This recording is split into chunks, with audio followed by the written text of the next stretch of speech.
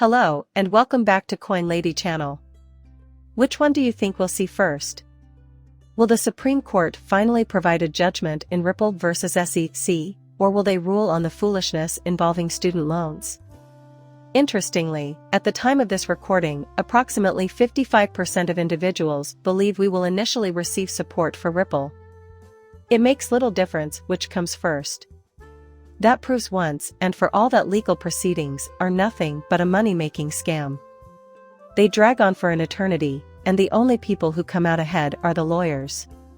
Someone on Twitter wondered, how long did the library case take, in reference to the length of time it takes for court trials?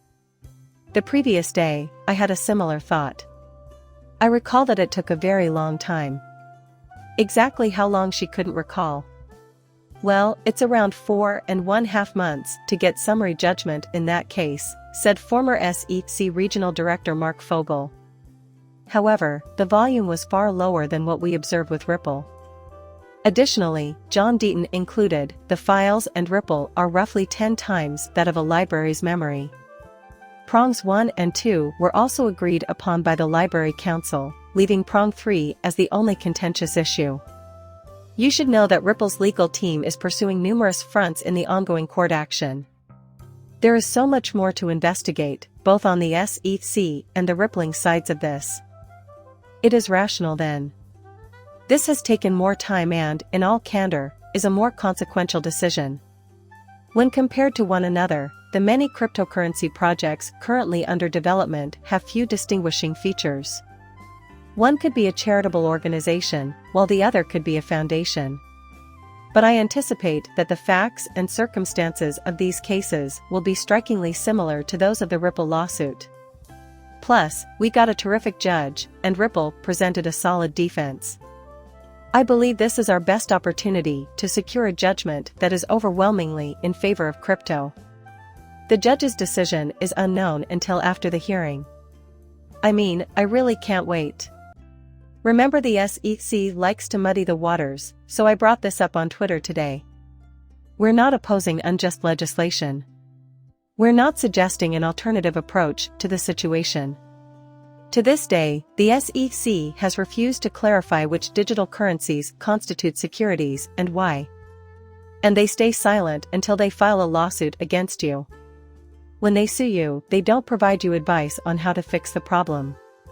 Nowhere do they instruct you to just do X, Y, and Z, or provide details on how to sign up and become compliant. This will be the most open and honest answer we can find, as Gary loves to say. And regardless of the judge's decision, we'll be light years ahead of where we were before, when we had no idea how to use existing laws to govern crypto. It falls into a legal limbo. It's a brand new frontier in the law. And now we shall be provided with the necessary direction. Although I anticipate a resounding win, the battle lines are already drawn.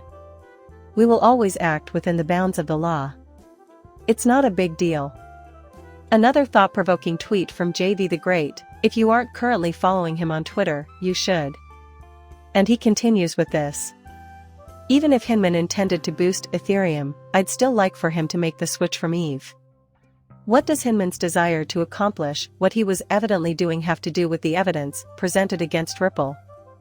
And this agrees with what Mark Fogel is saying in a lot of ways. Well, that has nothing to do with this court matter, he constantly says. It's possible that both Hinman and Mark Fogel had conflicts of interest. I hope we could obtain a disclosure that Hinman had conflicts of interest, but I can appreciate their point.